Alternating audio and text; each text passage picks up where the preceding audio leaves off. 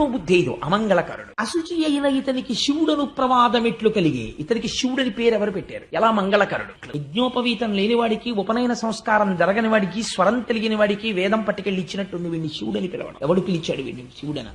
దారుణంగా మాట్లాడాడో చూడ, భయంకరమైన శివనింద చేశాడు. ఇదంతా చేస్తున్నప్పుడు శంకరుడు ఏం చేస్తున్నాడు అంటే చాలా సంతోషంగా నవ్వుతూ కూర్చున్నాడు కుర్చీలో. ఈయన మాత్రం చాలా తిట్టేశాడు. ఆయన పాపం నవ్వుతూ కూర్చున్నాడు, భర్గుడు కాబట్టి ఈయనకి ముచ్చులా కనపడుతున్నాడు ఆయన మాట్లాడ్డాను. ఆయన ఏం మాట్లాడలేదు, కోపం వచ్చేసి అన్నాడు, ఇన్ని మాటలన్నా నువ్వు పలకలేదు, లేవలేదు, నమస్కరించలేదు, కాబట్టి నిన్ను శపిస్తున్నాను. ఇవ్వాల్టి నుంచి జరిగేటటువంటి యజ్ఞయాగాది క్రతువుల యందు నీకు హవిర్భాగము లేకుండుగాక అని శపించాడు. ఈశ్వరుడికి హవిర్భాగం లేనప్పుడు ఇంకా యజ్ఞం ఏమిటి, యాగం ఏమిటంటే అది యజ్ఞయాగాదులు అనిపించుకుంటాయి, అవి అదో అజ్ఞానం అంతే. కాబట్టి తన పరిధిని దాటిపోయి నీకు యజ్ఞములందు హవిస్సునందు భాగము లేకుండుగాక అని శపించి అక్కడి నుంచి కదిలిపోయాడు.